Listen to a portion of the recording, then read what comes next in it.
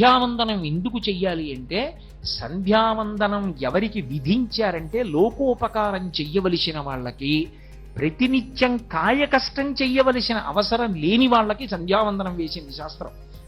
తప్ప ఏదో పక్షపాతంతో కొంతమందితో సంధ్యావందనం చేయిద్దాం, కొంతమందితో సంధ్యావందనం చేయించద్దు, అది శాస్త్రం యొక్క లక్షణం కాదు. వాళ్ళు కష్టపడి ఉండవలసినటువంటి వాళ్ళు, వాన పడుతోందంటే తెల్లవారకట్ట రైతు పొలానికి పరిగెడతాడు. అతన్ని నువ్వు సంధ్యావందనం చేయాలంటే పంటలు ఎక్కడ పండిస్తాడు, అందరికీ అన్నం ఎక్కడ దొరుకుతుంది? అందుకే అతనికి ఎప్పుడు ఖాళీ దొరికితే అప్పుడు ఒక్కసారి సూర్యనారాయణమూర్తి వైపు తిరిగి స్కాంద పురాణాంతర్గత స్తోత్రం చేస్తాడు. కానీ యజ్ఞోపవీతం ఉన్నవాడు అర్ఘ్యప్రదానం చెయ్యాలి. ఎందుకు అర్ఘ్యప్రదానం చేయాలి? అసలు సూర్యుడికి అర్ఘ్యం ఎందుకు అంత అవసరమైంది? అర్ఘ్యం ఇవ్వకపోతే ఏమవుతుంది? ఎందుకు ఈ త్రైవర్ణికులంటే సంధ్యావందనం చెయ్యవలసినటువంటి కర్తవ్యం ఉన్నటువంటి వాళ్ళు ఎందుకు అర్ఘ్యప్రదానం చేస్తారు 3 సంధ్యలలో? అందులో ప్రత్యేకించి ప్రాతఃసంధ్య, తెల్లవారుజామున సంధ్యావందనానికి అంత అవసరం ఎందుకు వచ్చింది అంటే, దానికి ఏ అవసరం చేత చేయించారో చెప్పారు. ఆయన సూర్యనారాయణమూర్తి ఉదయించేటప్పుడు ఆయన ఉదయించకుండా చేసేస్తే ఇక లోకములకు కాంతి ఉండదు. లోకములకు కాంతి లేకపోతే, సూర్యుని యొక్క గమనం లేకపోతే ఆ చీకటి వలన ధర్మము లుప్తమైపోతుంది. సూర్యుడు ఉదయిస్తున్నాడు అంటే కదా ప్రమాణంగా చేసుకుని సంధ్యావందనం, మధ్యాహ్నానికి వచ్చాడంటే కదా మళ్ళీ సంధ్యావందనం, ప్రదోషానికి వెళ్ళాము అంటే కదా మళ్ళీ సంధ్యావందనం. ఇవి లేనప్పుడు సంధ్యావందనం ఎక్కడుంటుంది? లేనప్పుడు ముందు ధర్మం లుప్తమైపోయింది. ఎందుకంటే సంధ్యాహీన అశుచి, సంధ్యావందనం చేయకపోతే అశౌచంతో ఉన్నవాడితో లెక్క, వాడు ఏ కార్యానికి పనికిరాడు. అందుకే ఆ రాక్షసులు ఏం చేస్తారంటే అసలు సూర్యోదయం జరగకూడదు అని చూస్తారు. అలా చూసేటటువంటి రాక్షసులకు మందేహులు అని పేరు. ఆ మందేహులన్న రాక్షసులు ఎక్కడుంటారు అంటే, నేను ఇందాక మీతో మనవి చేసి ఉన్నానే క్రమం, ఆ క్రమంలో లోహిత సముద్రానికి ముందు ఉండేటటువంటి శిశిర పర్వతాన్ని కూడా దాటి, లోహిత సముద్రాన్ని దాటి గరుత్మంతుడుండేటటువంటి కుటశాల్మలి వృక్షం దాటిపోయిన తరువాత సూర్యనారాయణమూర్తి ఉదయం జరుగుతోంది, ఇక ఎర్రకాంతి వస్తుందేమో అనగానే వాళ్ళు ఏం చేస్తారంటే చెట్ల మీదకి ఎక్కి ఆ చెట్లకి తలకిందులుగా వేలాడుతూ ఉగ్రమైన పెద్ద శరీరాల్ని పెంచి సూర్యకిరణములు భూమండలం మీదకి రాకుండా అడ్డుకుంటారు. అడ్డుకున్నప్పుడు ఏం జరుగుతుంది అంటే, వాళ్ళు ప్రతిరోజు కూడా తే పతంతి జలే నిత్యం సూర్యస్యోదయనం ప్రతి. ఏ కారణం చేత అంటే, అభితప్తాః స్మ సూర్యేణ లంబంతే స్మ పునః పునః నిహతా బ్రహ్మతేజోభిః అహన్యా హనిరాక్షసాః అని. వాళ్ళు అలా చెట్లకి తలకిందులుగా వేలాడుతూ సూర్యబింబానికి అడ్డొచ్చి, ఇక సూర్యుని యొక్క కిరణములు పడకుండా ఆపేటటువంటి సమయంలో సూర్యుడు ఉగ్రమైన స్వరూపాన్ని పొందుతాడు. ఒకసారి నా కర్తవ్యతానిష్టకి, నా కారుణ్యానికి ఎదురొస్తున్నారు, మీరు నన్ను ఉదయించకుండా అడ్డుకుంటున్నారని చూస్తాడు.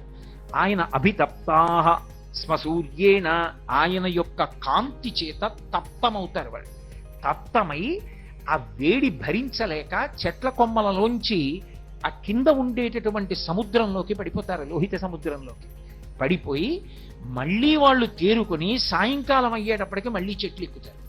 ఇవాళ కాకపోతే రేపు, రేపైనా ఎలా అడ్డొస్తా, రేపైనా ఎలా ఉదయిస్తాడు, లోకానికి ధర్మనాశనం చేస్తాం అని రాక్షసులు ప్రారంభమవుతారు. అందుకే అక్కడ కానీ ఇక్కడ కానీ ఎక్కడ కానీ ముందు పాడు చెయ్యాలని చూసేది రాక్షసులే. కాబట్టి ఉత్తిష్టంతో భూత పిశాచాః ఏతే భూమి భారకాః ఏతేషామ అవిరోధేన బ్రహ్మకర్మ సమారభే.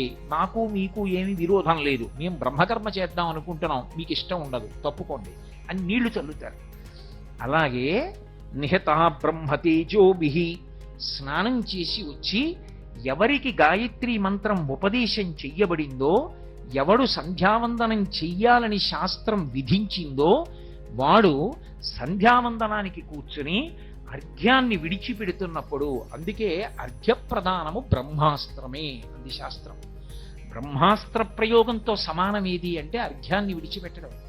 ఇంట్లో నియమంగా సంధ్యావందనం చేసి సూర్యమండలం వైపుకి చూస్తూ అంత భక్తితో అర్ఘ్యం ఇచ్చేటటువంటి వాడు ఇంట్లో ఉన్నాడనుకోండి, అటువంటి వాడొక్కడు ఇంట తిరిగిన కారణం చేత ఎటువంటి ఉగ్రభూతమో కూడా ఇంట్లో ప్రవేశించడానికి వీలు.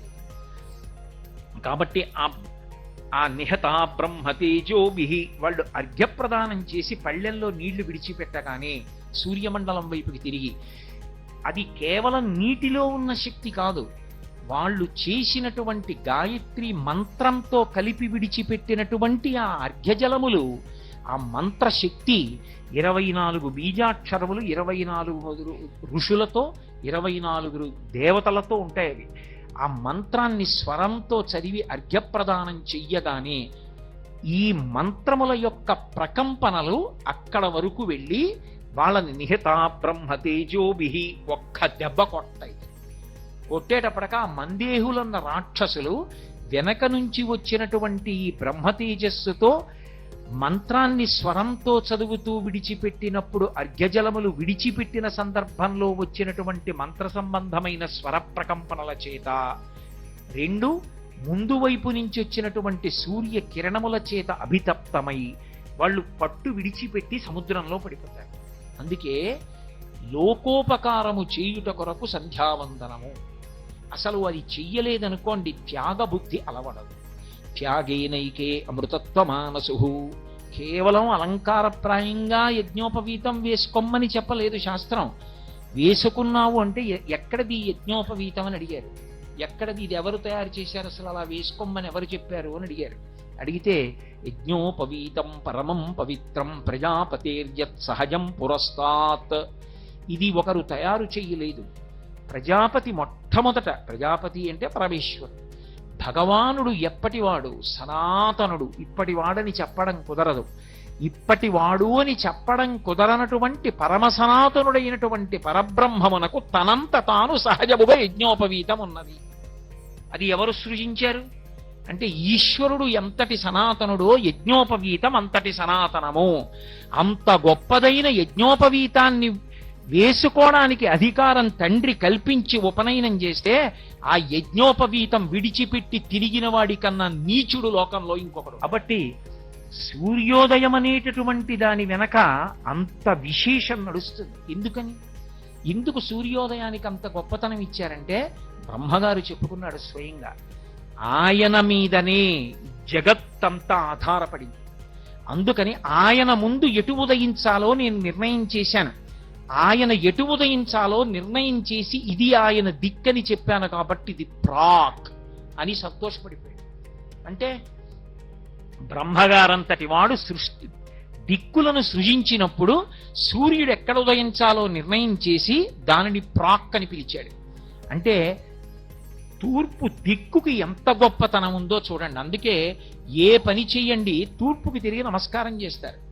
అందుకే సుందరకాండలో కూడా ఆయన దక్షిణ దిక్కుగా వెళ్ళవలసి వచ్చిన హనుమ అంజలిం ముఖం కుర్వన్ పవనాయ ఆత్మయోనయే తతోహి వృతే గంతుం అని ఆయన తూర్పు దిక్కుకి తిరిగి నమస్కారం చేస్తాడు, దక్షిణ దిక్కుకి వెళ్ళవలసి ఉండి కూడా. అంటే తూర్పు దిక్కుకి నమస్కారం చేయడం ఎందుకు అంటే భగవానుని యొక్క ప్రత్యక్ష స్వరూపం కన్నుల ముందు కదలాడేటటువంటి దిక్కు తూర్పు దిక్కుయే.